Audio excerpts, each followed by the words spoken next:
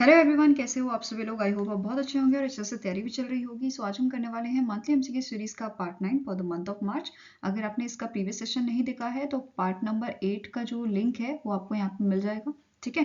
And इस lecture की जो पीडीएफ है वो एज यूजुअल हमारे टेलीग्राम चैनल पे अपलोड हो जाएगी, ठीक है। तो चलिए जल्दी से स्टार्ट करेंगे आज का लेक्चर।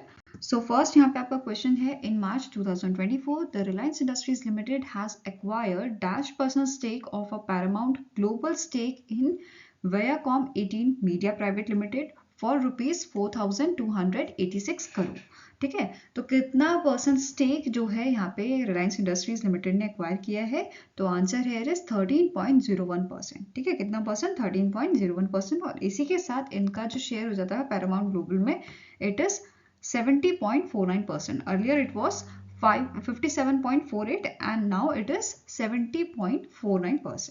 क्लियर है।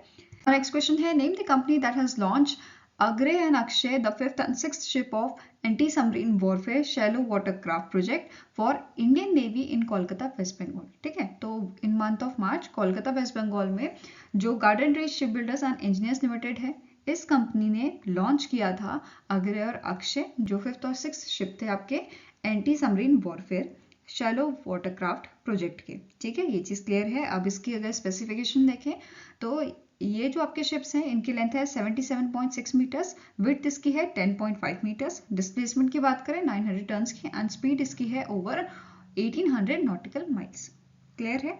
नाउ अब यहाँ पे थोड़ा बैकग्राउंड में चलते हैं। 2019 में मिनिस्ट्री ऑफ डिफेंस और जीएसआरई के बीच में एक अग्रीमेंट साइन हुआ था, एक कॉन्ट्रैक्ट साइन हुआ था 8 ASW SCW शिप्स के लिए, ठीक है, जिसमें से 4 ऑलरेडी डिलीवर की जा चुकी थी, which is Arnala, Androth, Anjadip and Ameni. ये 4 शिप्स पहले ही डिलीवर की जा चुकी हैं। अभी इन मंथ ऑफ मार्च अग्रे अक्षय को लॉन्च किया गया था, इसे डिलीवर किया गया था, ठीक है। अब यहाँ पे एक और चीज नोट करना है, जो अर्नाला क्लास शिप्स हैं ये रिप्लेस किसे करेंगे? In service Abhay class ASW कोरवट्स, जो इंडियन नेवी में अभी सर्विस में है, ठीक है, जो चल रही है, ठीक है। यहाँ पे आप जो है इनकी इमेज भी देख सकते हो अग्रे और अक्षय की। क्लियर है। नेक्स्ट आपका क्वेश्चन है, name the company that has launch a methane sat satellite to monitor the methane emission from oil and gas companies across the world, ठीक है। तो हमें यहाँ पे क्या क्वेश्चन बोला है कि इनमें से कौन सी कंपनी है जिसने मीथेन सैटेलाइट को लॉन्च किया था? तो आंसर आपका हो जाएगा it is option number B, SpaceX ने इसे लॉन्च किया था, ठीक है। अब ये जो सैटेलाइट है it is equipped with the high resolution infrared sensor and spectrometer, ठीक है। And 200 kilometre bye 200 kilometre wide camera भी इसमें यूज किया गया है, ठीक है। और साथ में ही ये जो सैटेलाइट है ये जो डेटा कलेक्ट करेगी इसको एनालाइज किया जाएगा using the cloud computing and artificial intelligence technology developed by the Google. तो ये ध्यान में रखना है। इसी के साथ साथ ये लॉन्च किसने किया था? स्पेस एक्स ने लॉन्च किया था as a part of a transporter 10th SpaceX 10th dedicated small sat ride share programme mission, ठीक है, इसका ये पार्ट था। इसी के साथ साथ ये भी नोट करना है कि जो सैटेलाइट है ये दिन के 15 चक्कर लगाएगी अर्थ के, ठीक है। एंड ये इसका काम क्या रहेगा? ये मॉनिटर करेगी methane leaks from 300 target across the globe. इसी के साथ हमें ये भी नोट करना है, ठीक है, कि ग्लोबल मीथेन प्लेज जो है, ग्लोबल मीथेन प्लेज, ठीक है, ग्लोबल मीथेन प्लेज 150 कंट्रीज ने जो है 150 प्लस कंट्रीज ने साइन किया है। अब इसमें है क्या? बेसिकली इसमें एक टारगेट हमने लिया है, एक एम लिया है कि हमें ग्लोबल मीथेन एमिशन रिड्यूस करना है 30% से, कौन से ईयर तक? बाय दी 2030, ठीक है।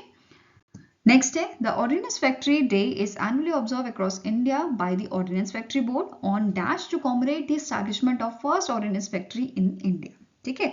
तो ऑर्डिनेंस फैक्ट्री डे हम कब ऑब्जर्व करते हैं? जिस दिन स्टैब्लिश की गई थी पहली ordnance factory, and answer here is option number C, 18th of March को, ठीक है। अब स्टार्टिंग इन्फॉर्मेशन देखिए ऑर्डिनेंस फैक्ट्री बोर्ड की, तो इसके डायरेक्टर जनरल है सुधीर श्रीवास्तव, हेडक्वार्टर कोलकाता वेस्ट बंगाल में लोकेटेड है, एंड इसे 1979 में स्टैब्लिश किया गया था, ठीक है। नेक्स्ट है, identify the theme of a global recycling day 2024 which was observed across the globe on 18th March, ठीक है। तो 18 मार्च को हम ग्लोबल रिसाइकलिंग डे जो है ऑब्जर्व करते हैं, जिसकी शुरुआत 2018 में की गई थी, ठीक है। और इसकी 2024 की थीम थी आपकी रिसाइकलिंग हीरोज, ठीक है। क्या थीम थी? Recycling heroes. तो आंसर आपका हो जाएगा ऑप्शन नंबर बी। और ये 2024 का कौन सा एडिशन हमने ऑब्जर्व किया था? 7th addition. ठीक है, नेक्स्ट है name the personality who was recently in March inducted as a member of committee of advisers of a Abhyudaya corporative bank limited by the RBI. तो रिसेंटली जो आरबीआई है, RBI ने committee of adviser जो है 3 member committee है, ठीक है, इस कमिटी में अपॉइंट किया है, ठीक है, इंडक्ट किसे किया है? देवेंद्र कुमार को। देवेंद्र कुमार को इंडक्ट किया है क्योंकि इनसे पहले जो महेंद्र छाजेड़ थे, इन्होंने रिजाइन दे दिया था और इनकी जगह देवेंद्र कुमार को यहाँ पे अपॉइंट किया गया है। ठीक है, अब मैंने बोला यहाँ पे ये 3 मेंबर कमिटी है। ठीक है, it is a 3 member committee. ठीक है, अब इस कमिटी में बाकी अदर मेंबर्स कौन से हैं? जैसे वेंकटेश हेगड़े जो फॉर्मर जनरल मैनेजर रह चुके हैं एसबीआई के। ठीक है, then Suhas Gokhale former managing director of Cosmos corporative bank. And जो देवेंद्र कुमार है, ठीक है, ये former chief general manager SBI के रह चुके हैं। ठीक है, नाउ इसके अलावा अभ्युदय कॉर्पोरेटिव बैंक की बात करें तो इसके करंट सीईओ कौन है? इनका नाम है प्रेमनाथ एस सेलिन। हेडक्वार्टर मुंबई महाराष्ट्र में है और 1965 में इसे स्टैब्लिश किया गया था। टैगलाइन की बात करें तो prosperity through corporation is the tagline of this bank. ठीक है, नेक्स्ट क्वेश्चन है in March 2024 dash has become the second unicorn of 2024। तो 2024 की सेकंड यूनिकॉर्न कौन सी फॉर्म बनी है? तो आंसर आपका हो जाएगा option number B, that is Perfios, जो एक फिनटेक फर्म है। ठीक है, इससे पहले फर्स्ट यूनिकॉर्न कौन बना था? कृत्यम। ठीक है, ये ध्यान में रखना है। नाउ अब यूनिकॉर्न की बात कर रहे हैं। यूनिकॉर्न होता क्या है? यूनिकॉर्न एक प्राइवेटली ओन्ड स्टार्टअप या कंपनी होती है जिसकी जो वर्थ है, जिसकी जो वैल्यू है वो आपकी मोर देन $1 बिलियन होनी चाहिए। तो ये ध्यान में रखना है। ठीक है, अब सेकेंड यूनिकॉर्न जो बनी है 2024 की, इसकी बात करें तो ये आपकी fintech focus software as service firm है जो सेकेंड यूनिकॉर्न बनी है। एंड अब ये सेकेंड यूनिकॉर्न कब बनी है? जब इसने सिक्योर किया है $80 million fund from the teachers venture growth. ठीक है, तो ये ध्यान में रखना है। इसके अलावा अगर प्रीवियस ईयर की बात करें तो प्रीवियस ईयर में 2 आपके जो यूनिकॉर्न है वो क्रिएट हुए थे, जिसका नाम है जेप्टो इनक्रेड। फिर 2022 में यहाँ पे आप देख सकते हो पूरी डिटेल। ठीक है, 2021 में आपके 40+ जो है यूनिकॉर्न क्रिएट हुए थे। ठीक है, ऐसे ही 2018, 2019 सारा डेटा आप यहाँ पे देख सकते हो easily. Fine, now next question है which of the following journalist receive the Chameli Devi Jain award 2024 for outstanding women media person of the year. तो ये अवार्ड इस बार 2 जनों को दिया गया है जिनका नाम है ग्रीष्मा कुथर एंड ऋतिका चोपड़ा। ठीक है, answer is option number D. और यहाँ पे आप इनकी जो है इमेज देख सकते हो।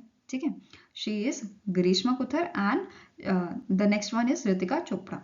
ठीक है, नाउ अब इस अवार्ड की बात करें, चमेली देवी जैन अवार्ड, तो ये award basically for outstanding women media person of the year, ये अवार्ड की जो शुरुआत है वो आपकी 1980 में की गई थी। ठीक है, इसको सेटअप किसने किया था? द मीडिया फाउंडेशन ने 1980 में सेटअप किया था और इसका पहला अवार्ड 1982 में दिया गया था। ठीक है, अब ये जो अवार्ड है ये रखा गया था चमेली देवी जैन के नाम पे, जो फ्रीडम फाइटर थी and she is also a community reformer. और ये इंडिपेंडेंस का जो टाइम था, ठीक है, उस टाइम पे ये जेल भी गई थी। ठीक है, तो ये भी सारी चीजें आपको यहाँ पे ध्यान रखनी है कि किसके नाम पे रखा गया था, ये कौन थी? फ्रीडम फाइटर थी। ठीक है, नाउ जो अवार्ड है it recognise the impactful journalism in the field, जैसे social development, politics, gender justice, human rights, health, conflict and consumer value, इन पे बेसिकली इनको रिकॉग्नाइज करता है। ठीक है, नाउ अब यहाँ पे विनर्स की बात करें, जो ग्रीष्मा कुथर है ये इंडिपेंडेंट मल्टीमीडिया जर्नलिस्ट हैं and she was engaged in a deeply research long form investigation reporting from conflict areas जैसे मणिपुर का था। ठीक है, एंड यहाँ पे आपको ये भी नोट करना है, इनकी जो रिपोर्ट्स हैं they have appeared in a publications like the Caravan and Al Jazeera. ठीक है, नेक्स्ट है ऋतिका चोपड़ा, ये chief national bureau and national education editor हैं at the Indian Express Delhi and she oversees the newspaper coverage of government policies, education and election commission of India. Next आपको question है who is recently appointed as a president of a federation of Indian export organisation that is FIEO। ठीक है, तो इसके newly president बनाए गए हैं अश्वनी कुमार और इन्होंने, इनसे पहले कौन थे यहाँ पे इस पोजीशन पे? तो शक्तिवेल थे। ठीक है, ध्यान रखना है। आप FIFO की बात करें, ये एपेक्स बॉडी है गवर्नमेंट की। recognize government apex body of a government recognize export promotion council, commodity boards and export development authorities in India, और इसे सेटअप किया गया था 1965 में। कौन सी मिनिस्ट्री द्वारा? मिनिस्ट्री ऑफ कॉमर्स के द्वारा, ठीक है। और इसका काम क्या रहेगा? तो focus the efforts of all the stakeholders engaged in a promotion of trade from the country. अब यहाँ पे क्वेश्चन और बन सकता है कि जो FIEO है इसका हेडक्वार्टर कहाँ लोकेटेड है? तो ये लोकेटेड है आपका न्यू दिल्ली में, ठीक है। कहाँ पे लोकेटेड है? न्यू दिल्ली में। यहाँ पे आप जो है इमेज देख सकते हो अश्विनी कुमार जी की। नेक्स्ट है name the personality who assume the charge of a chairman of a national commission for scheduled caste, ठीक है। तो इनमें से कौन से आपके पर्सन है जिन्हें चेयरमैन बनाया गया है national commission for scheduled caste का? तो आंसर इज किशोर, इनका नाम है किशोर मकवाना, ठीक है। Answer is option number C, Kishore Makwana. अब इनसे पहले यहाँ पे कौन अपॉइंट किए गए थे इस पोजीशन पे? तो इनका नाम है अरुण हल्दर, ठीक है। अब अरुण हल्दर से पहले थे विजय संपाला। इनका जो आपका बेसिकली टेन्योर था, या बोल सकते हो इन्होंने जो है 2023 में, जुलाई 2023 में रिजाइन दे दिया था। इसके बाद जो उस टाइम पे आपके वाइस चेयरमैन थे अरुण हल्दर, इनको एक्टिंग चेयरमैन बनाया गया था। देन नाउ अब यहाँ पे जो है चेयरमैन बनाया गया है किशोर मकवाना को, ठीक है। अब यहाँ पे एक और चीज नोट करनी है कि नेशनल कमीशन फॉर शेड्यूल का जो है इसके 2 मेंबर अपॉइंट किए गए हैं जिनका नाम है लवकुश कुमार, ठीक है, और दूसरे हैं वेदपल्ली रामचंद्रन, ठीक है। इनको एज अ मेंबर्स यहाँ पे अपॉइंट किया गया है, ठीक है। यहाँ पे आप इमेज देख सकते हो किशोर मकवाना जी की। नेक्स्ट क्वेश्चन है Which team won the Women's Premier League 2024 title? तो इनमें से कौन सी टीम थी जिसने विमेन प्रीमियर लीग जो है वो जीता था? तो आंसर आपका हो जाएगा रॉयल चैलेंजर्स बैंगलोर, ठीक है। Answer is option number B, और इनका ये फर्स्ट टाइटल है। इससे पहले जो एडिशन हुआ था 2023 का, इसमें कौन सी टीम जीती थी? तो मुंबई इंडियंस टीम जीती थी, और मुंबई इंडियंस ने फाइनल में हराया था दिल्ली कैपिटल्स को। और इस बार भी रॉयल चैलेंजर्स बैंगलोर ने किसे हराया है? डिफीट किया है दिल्ली कैपिटल्स को, ठीक है। तो ये ध्यान में रखना है। नाउ अब ये जो फाइनल मैच हुआ था ये कहाँ पे हुआ था? ये अरुण जेटली स्टेडियम में हुआ था आपका इन दी न्यू दिल्ली, ठीक है। एडिशन कौन सा था? सेकेंड एडिशन था। टाइटल स्पॉन्सर कौन था? टाटा ग्रुप था, ठीक है। इसके अलावा मोस्ट एक्सपेंसिव अनकैप्ड प्लेयर आपके यहाँ पे थे काशवी गौतम, जिनका ऑक्शन 2 करोड़ में किया गया था, but due to some injury reason ये यहाँ पे टूर्नामेंट में जो है नहीं खेल पाई थी, ठीक है। वहीं पे मोस्ट एक्सपेंसिव ओवरसीज प्लेयर की बात करें तो ये आपकी ऑस्ट्रेलिया की प्लेयर थी एनाबेल सुथरलैंड, ठीक है। नाउ अवार्ड्स की बात की जाए तो विनर यहाँ पे रहे थे, जैसे मैंने आपको बताया, Royal Challengers Bangalore. Then runner up रहे थे Delhi capital. Emerging player of the season ये दिया गया था श्रेयंका पाटिल को।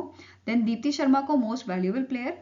LC Perry orange cap purple cap दी गई थी श्रेयंका पाटिल को। मोस्ट 6 अवार्ड ये दिया गया था शेफाली वर्मा को, ठीक है। देन जॉर्जिया वरेहम जो है best strike rate award, and S Sanjana from Mumbai Indians catch of the season, ठीक है। देन फेयर प्ले अवार्ड यहाँ पे दिया गया था रॉयल चैलेंजर्स बैंगलोर को। फाइनल मैच की यहाँ पे बात करें, प्लेयर ऑफ द मैच दिया गया था सोफी मॉलिनेक्स को। मोस्ट 6 इन द मैच ये शेफाली वर्मा को, ठीक है। नाउ नेक्स्ट है which state government has signed an MOU with a REC Limited to finance power and infrastructure project worth ₹20,000 crore per annum for 6 year, ठीक है। तो कौन सी स्टेट गवर्नमेंट ने यहाँ पे MOU साइन किया है REC लिमिटेड के साथ?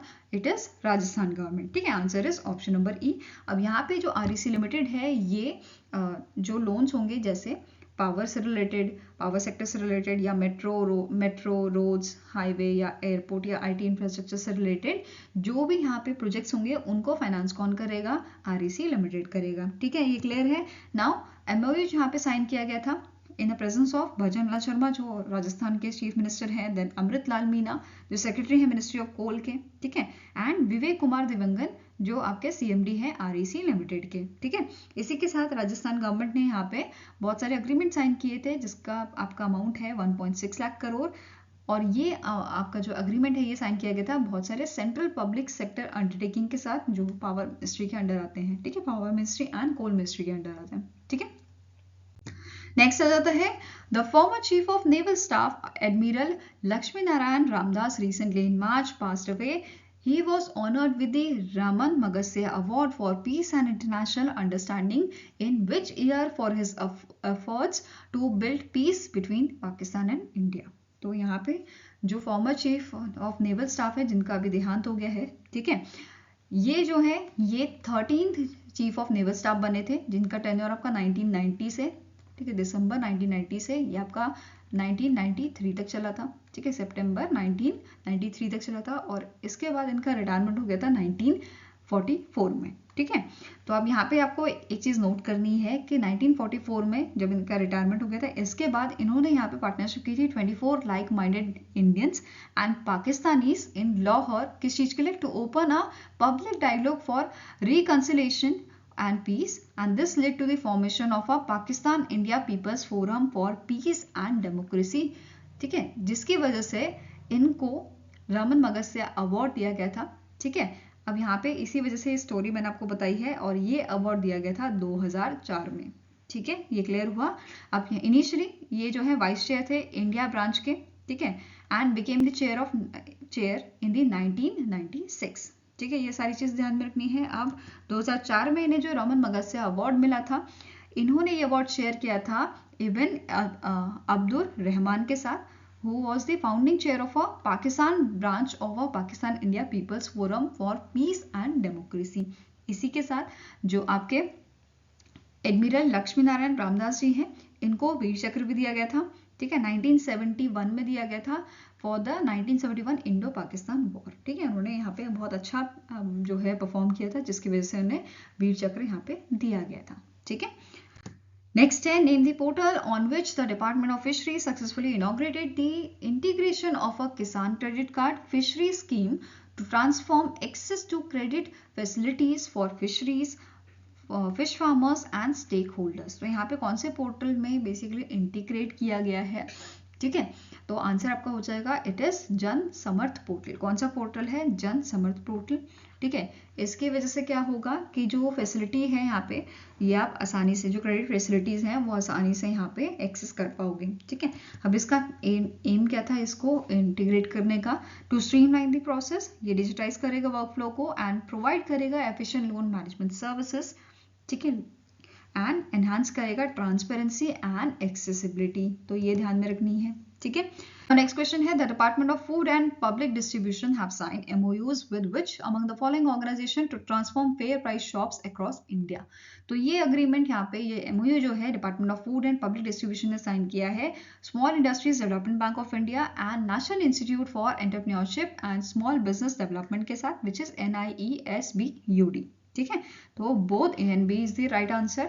नाउ डिटेल में देख लेते हैं, यहाँ पे जो डिपार्टमेंट है इन्होंने MOU साइन की है NIESBUD के साथ, ताकि जो स्किल डेवलपमेंट चैलेंजेस फेस किए जाते हैं फेयर प्राइस शॉप डीलर्स के साथ, उनको टैकल किया जा सके, ठीक है। अब ये जो पार्टनरशिप है ये बेसिकली फोकस करेगी डिजिटल लिटरेसी पे, फाइनेंशियल लिटरेसी पे एंड एंटरप्रेन्योरल स्किल पे, एंड ये एक्सप्लोर करेगी न्यू बिजनेस अपॉर्चुनिटीज, ठीक है। अब जो MOU है ये साइन किया गया था रवि शंकर जो डायरेक्टर हैं इस डिपार्टमेंट के, डॉक्टर पूनम सिन्हा जो डायरेक्टर हैं इस ऑर्गेनाइजेशन की, इन दोनों के बीच में एग्रीमेंट साइन किया गया था in the presence of a union minister Dharmendra Pradhan ji, ठीक है। नेक्स्ट आता है, इस डिपार्टमेंट ने SIDBI के साथ ये MOU साइन किया है, और इस MOU के इस पार्टनरशिप के अंदर जो SIDBI है ये यहाँ पे ऑफर करेगा simple to use digital solution for providing working capital assistant to the fair price shops through the GST Sahay application, ठीक है, ये क्लियर है। नाउ अब सिग्नेटरीज की बात करें तो राजेंद्र कुमार जो ज्वाइंट सेक्रेटरी हैं इस डिपार्टमेंट के, एंड रवि त्यागी जो चीफ जनरल मैनेजर हैं SIDBI के, इनके बीच में एग्रीमेंट साइन हुआ था in the presence of Sanjeev Chopra जो सेक्रेटरी हैं department of food and public distribution के लिए, ठीक है। सो नेक्स्ट आपका क्वेश्चन है, which of the following statement is are correct with respect to cinematograph Rules 2024 that was recently in March notified by the Ministry of Information and Broadcasting। तो यहाँ पे जो है recently बहुत सारे जो एडिशन है वो किए गए हैं सिनेमेटोग्राफ रूल्स में, और कुछ रूल्स आपके मॉडिफाई किए गए हैं, ठीक है। तो उसी के बारे में क्वेश्चन है। फर्स्ट आपका स्टेटमेंट क्या कह रहा है, the new rule provide perpetual validity of a CBFC certificates instead of a previous 10-year period। Next है, the rule have subdivided the existing UA category into a 3 age based categories, जैसे आपका first हो गया 7 year के लिए, फिर 13 years and 16 years instead of 12 years जो पहले होता था, ठीक है। नेक्स्ट है, the new Cinematograph Rules 2024 replaces the Cinematograph Certification Rule of 1983। तो यहाँ पे जो सारे स्टेटमेंट्स हैं वो करेक्ट हैं, तो आंसर क्या हो जाएगा option number E, all 1, 2 and 3 statements are correct. ठीक है, नेक्स्ट यहाँ पे पॉइंट है आपका, the new rules were notified in exercise of powers conferred by the section 8 of cinematograph act 1952। ठीक है, नेक्स्ट आपका पॉइंट है, the new rules have reduced the processing time for the certification of a film and adopted a complete digital process to eliminate all transactional time। तो यहाँ पे जो अब पहले टाइम लगता था सर्टिफिकेशन के लिए फिल्म की, उसमें ज़्यादा लगता था, अब इसको यहाँ पे क्या बोला है कि ये रिड्यूस हो गया है, ये रिड्यूस कर दिया गया है। ठीक है, साथ में ही यहाँ पे जो प्रोसेस है वो डिजिटली कर दिया गया है, तो आप समझ सकते हो कि इसमें और ज़्यादा कम टाइम लगेगा अब फिल्म की सर्टिफिकेशन के लिए। ठीक है, नेक्स्ट पॉइंट है, only unrestricted public exhibition category films can be shown on the television. तो सिर्फ अब अनरिस्ट्रिक्टेड पब्लिक एग्जीबिशन कैटेगरी वाली फिल्म्स ही टीवी पे दिखाई जाएंगी। ठीक है, therefore film edited for the television broadcast will be रीसर्टिफाइड।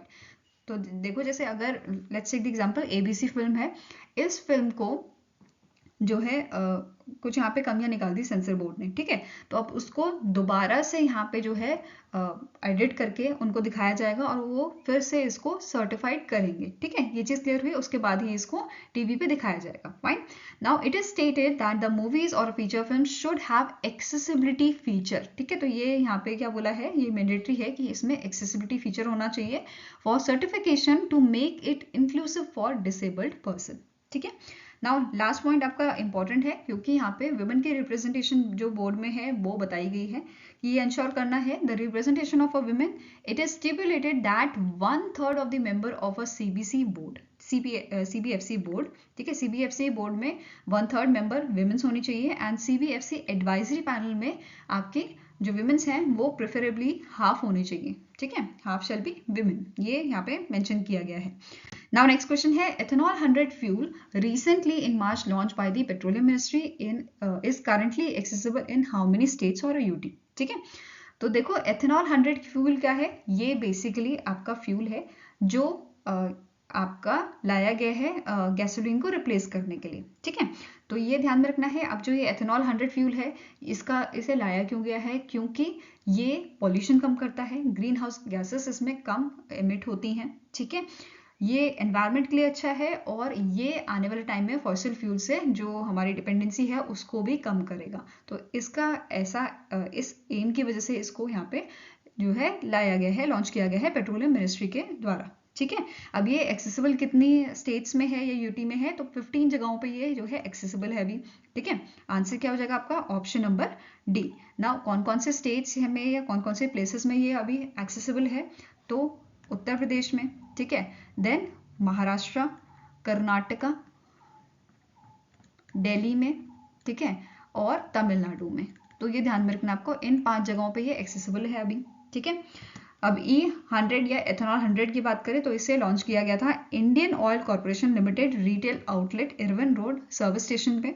ठीक है, न्यू दिल्ली में इसे लॉन्च किया गया था और अभी ये 183 रिटेल आउटलेट्स में अवेलेबल है, जो कि आपके इन 5 स्टेट्स एंड यूटी में प्रेजेंट है। ठीक है, नाउ एथेनॉल 100 की बात करें तो it is a cleaner alternative to fuel gasoline emitting fewer greenhouse gases and pollutant, जैसे कि मैंने आपको बताया। ठीक है, नाउ अब इसी के साथ हमें ये भी नोट करना है कि एथेनॉल ब्लेंडिंग का टारगेट क्या है गवर्नमेंट का। ठीक है, गवर्नमेंट का टारगेट है कि 20% एथेनॉल ब्लेंडिंग करनी है पेट्रोल में 2024-2025 तक एंड 30% ये हमें करनी है बाय 2029-2030 तक। ठीक है, तो ये दोनों एम आपको पता होने चाहिए, एग्जाम में पूछे जा सकते हैं। ठीक है, नेक्स्ट है, इन March 2024 the PM Narendra Modi has lead foundation stone for setting up how many semiconductor projects worth about ₹1.25 lakh crore.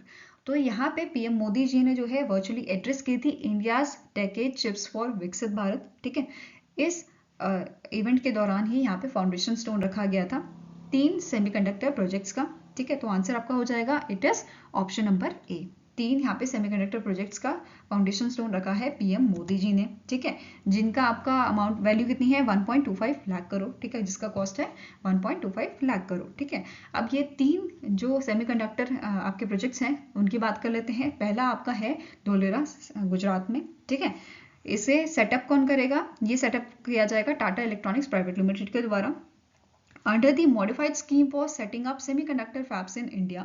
ठीक है। टोटल इन्वेस्टमेंट इसकी यहाँ पे बताई जा रही है ओवर 91,000 करोड़, ठीक है। And it will be the first artificial intelligence enabled commercial semiconductor fab in India. तो ये भी ध्यान में रखना है। साथ में ही टेक्नोलॉजी पार्टनर कौन है? ताइवान का power chip semiconductor manufacturing corporation.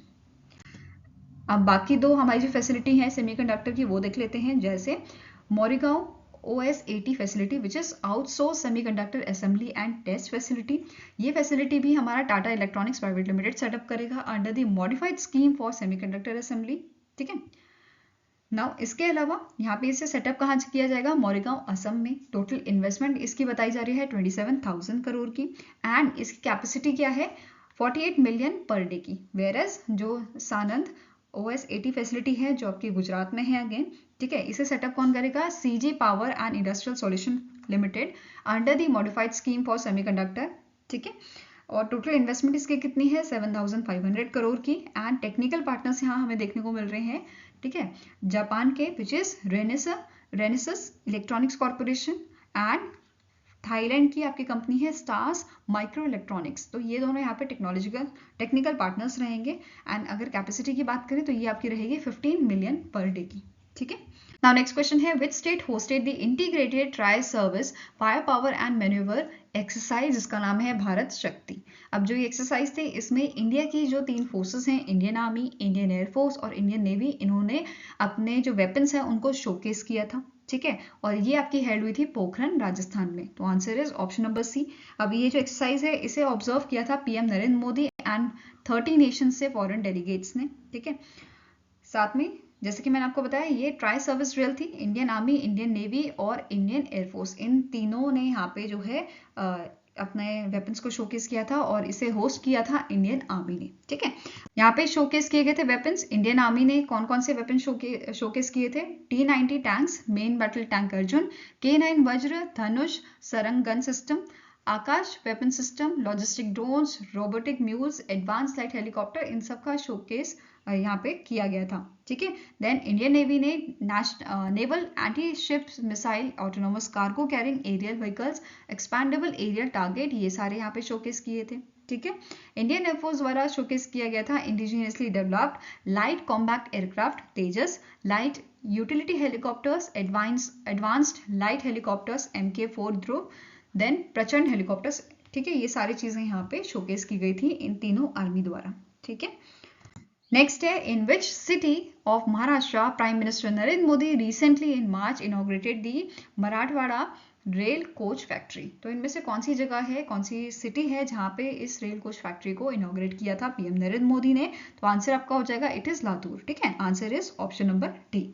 अब यहाँ पे इस प्रोजेक्ट में जो फेज 1 है, फेज 1 में 1120 कोचेस जो है वंदे भारत ट्रेन की वो इस फैक्ट्री में मैन्युफैक्चर की जाएंगी, ठीक है। एंड जो फेज फर्स्ट है इसका कॉस्ट कितना है? 675.79 करोड़ का, ठीक है, ये ध्यान में रखना है। नाउ इसकी के साथ साथ यहाँ पे पीएम मोदी जी ने 5 जन औषधि केंद्र जो हैं वो भी यहाँ पे आपके इनॉग्रेट किए थे, ठीक है। कौन कौन से हैं? लोकमान्य तिलक टर्मिनस मुंबई, मनमद नासिक, पिंपरी सोलापुर एंड नागभीर इन दी चंद्रपुर। तो ये 5 जन औषधि केंद्र इनॉग्रेट किए गए थे पीएम मोदी के थ्रू, ठीक है। अब इसी के साथ साथ 4 रेल कोच रेस्टोरेंट भी इन्होंने इनॉग्रेट किए थे, Nashik road, Akola, Mumbai Andheri and Borivali station पे, ठीक है। नेक्स्ट है which company recently in March sign a MOU with REC power development and consultancy limited to jointly develop utility scale renewable energy products across the India.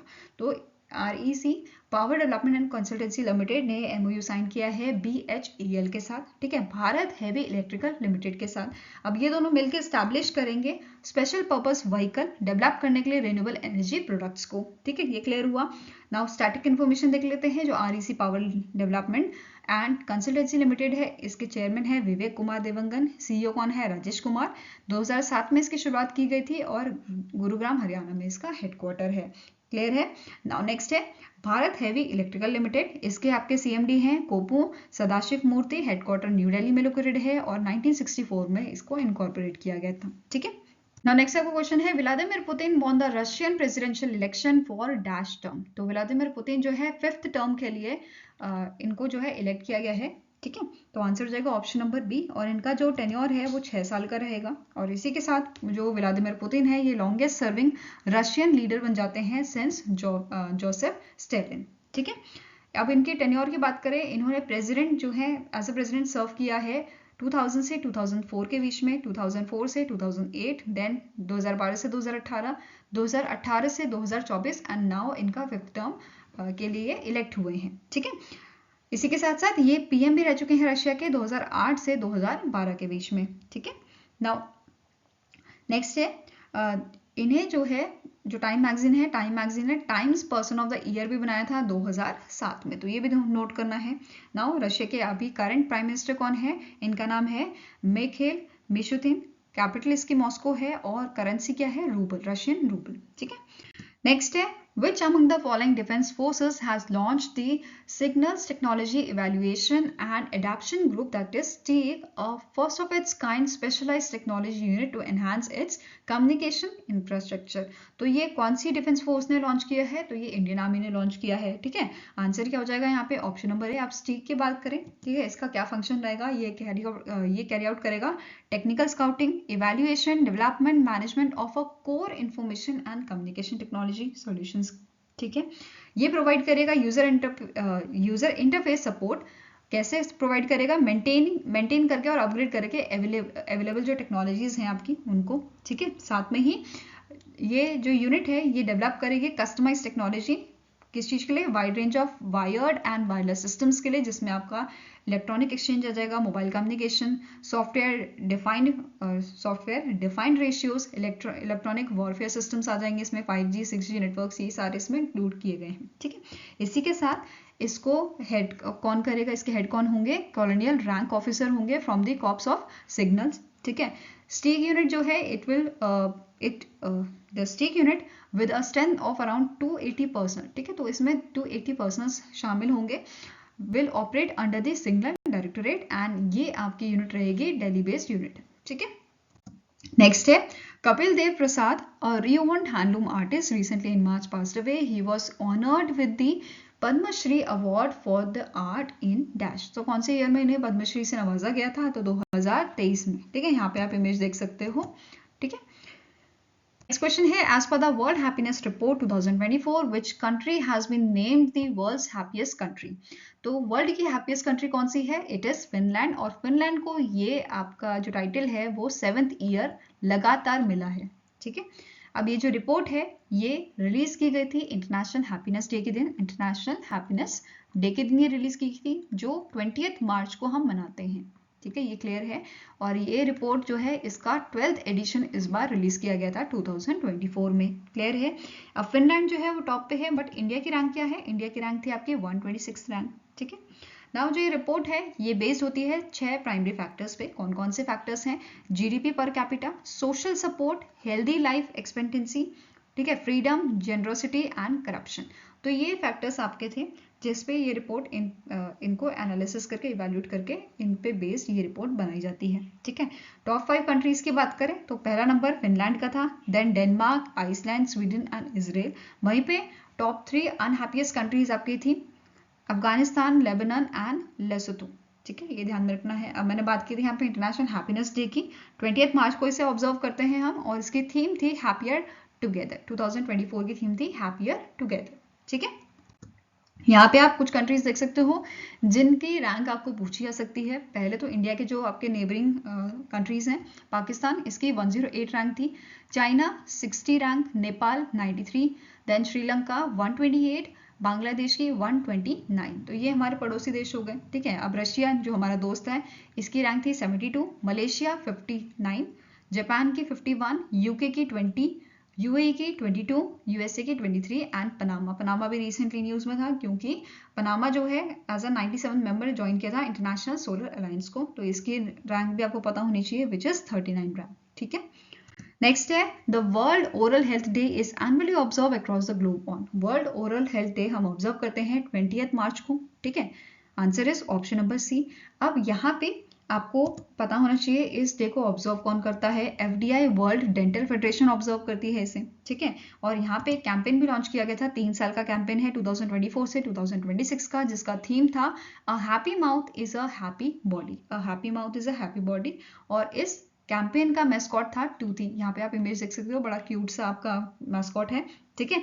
Now FDI world dental federation की बात करें तो इसके executive director कौन है, Enzo बोदिनोनी, and headquarter इसका located है Geneva Switzerland में, और इसे 1900 में एस्टैब्लिश किया गया था, ठीक है। नेक्स्ट आपका क्वेश्चन है, name the Indian Carnatic vocalist who has been selected for Sangita Kalanidhi award of the music academy for 2024। तो आंसर यहाँ पे आपका है, इस अवार्ड के लिए चुना गया है TM कृष्णा को, ठीक है। Answer is option number A. अब TM कृष्णा जी को ये अवार्ड दिया जाएगा जो 98 एनुअल कॉन्फ्रेंस एंड कंसर्ट होगा आपका द म्यूजिक एकेडमी का, जो कब होगा, 15 दिसंबर 2024 से 1 जनवरी 2025 तक, ठीक है। अब TM कृष्णा जो है इनको रमन मगसे अवार्ड भी दिया गया था 2016 में, तो ये आपको ध्यान रखना है। साथ में ही इज ऑल्सो अ ऑथर, ठीक है। इन्होंने कुछ बुक्स लिखी हैं जैसे spirit of inquiry, Sebastian and sons, a brief history of mridangam makers and a southern music, the Carnatic story, ठीक है। तो ये सारी बुक्स इन्होंने लिखी हैं। नेक्स्ट है the 10th edition of joint military exercise Lamithia recently seen in news is conducted between which two countries। तो ये एक्सरसाइज आपकी परफॉर्म की गई थी सेशल्स और इंडिया के बीच में, ठीक है। Answer is option number C. अब जो 2024 का एडिशन जो था, यहाँ पे इंडिया की तरफ से गोरखा राइफल्स कंटिजेंट ने पार्टिसिपेट किया था एंड सेशल्स की तरफ से सेशल्स डिफेंस फोर्सेस ने, ठीक है। टोटल यहाँ पे जो है दोनों कंट्री की तरफ से 45 पर्सन्स ने यहाँ पे पार्टिसिपेट किया था, ठीक है। सेशल्स की बात करें, इसके प्रेसिडेंट हैं वेवल रामाकलवन, इसका कैपिटल है विक्टोरिया, करेंसी इसका है सेशल्स रूपी, ठीक है। नेक्स्ट है the India's first liquefied natural gas powered बस was recently in March inaugurated in which Indian state। तो इसे इनॉग्रेट किया गया था महाराष्ट्र में, महाराष्ट्र के जो CM है एकनाथ शिंदे, उन्होंने इसे इनॉग्रेट किया था, ठीक है। Answer is option number D. और जो ये बस है इसे ऑपरेट कौन करेगा, महाराष्ट्र की स्टेट रोड ट्रांसपोर्ट कॉर्पोरेशन इसे ऑपरेट करेगी। और इस ऑर्गेनाइजेशन ने रिसेंटली MOU साइन किया है किंग्स गैस के साथ, ताकि जो इनके डीजल बसेस हैं उसको LNG में कन्वर्ट किया जा सके, ठीक है। अब इसके लिए ये कंपनी जो है ये LNG डिस्ट्रीब्यूशन फैसिलिटीज यहाँ पे सेटअप करेगी, कहाँ पे, महाराष्ट्र में 90 डिपोट्स में ये फैसिलिटी जो है ये सेटअप करेंगे महाराष्ट्र में, ठीक है। नेक्स्ट है in March 2024 the India and Dash held their first 2+2 defence and foreign ministerial dialogue in New Delhi, Delhi. तो इंडिया और ब्राजील के बीच में ये आपका 2+2 defence and foreign ministerial dialogue हुआ था, कहाँ पे हुआ था, दिल्ली में हुआ था, ठीक है, इन मंथ ऑफ मार्च। तो answer is option number B. Clear है। अब इंडिया की तरफ से यहाँ पे पार्टिसिपेट किया था गोदावरती वेंकटा श्रीनिवास जो एडिशनल सेक्रेटरी हैं, ठीक है, लेटिन अमेरिकन एंड कैरिबियन के ministry of external affairs, and Vishwesh Negi joint secretary हैं जो आपके मिनिस्ट्री ऑफ डिफेंस के, ठीक है। नेक्स्ट है ब्राजील की तरफ से यहाँ पे जो डायरेक्टर है मिनिस्ट्री ऑफ फॉरेन अफेयर्स के मार्सेलो कैमेरा, इन्होंने इनका यहाँ पे पार्टिसिपेशन देखने को मिला था। And rear admiral Fernando Lee Lusa Marques de Oliveira जो मिनिस्ट्री ऑफ डिफेंस के आपके मिनिस्ट्री ऑफ डिफेंस से यहाँ पे इन्होंने जो है पार्टिसिपेट किया था, ठीक है, ब्राजील की जो मिनिस्ट्री ऑफ डिफेंस है, ठीक है। अब इस मीटिंग में ये जो डायलॉग हुआ था बेसिकली इसमें दोनों कंट्रीज ने डिस्कशन किया था about the defence, space, energy, critical minerals, technology, counter terrorism, regional, multilateral and other issues जो म्यूचुअल इंटरेस्ट से रिलेटेड थे। क्लियर है। यहाँ पे आप इमेज देख सकते हो इस डायलॉग की। आई होप गाइस आपको ये वीडियो पसंद आया हो, पसंद आए तो लाइक एंड शेयर जरूर कीजिएगा और हमारे साथ जुड़ने के लिए हमारे चैनल को सब्सक्राइब कीजिएगा। अगर आपके कुछ सजेशन है तो आप हमें मेल भी कर सकते हैं और कमेंट सेक्शन में भी लिख सकते हैं, ठीक है। सो मिलेंगे ऐसे ही नेक्स्ट वीडियो के साथ। Till then take care, have a nice day and all the best for your preparations.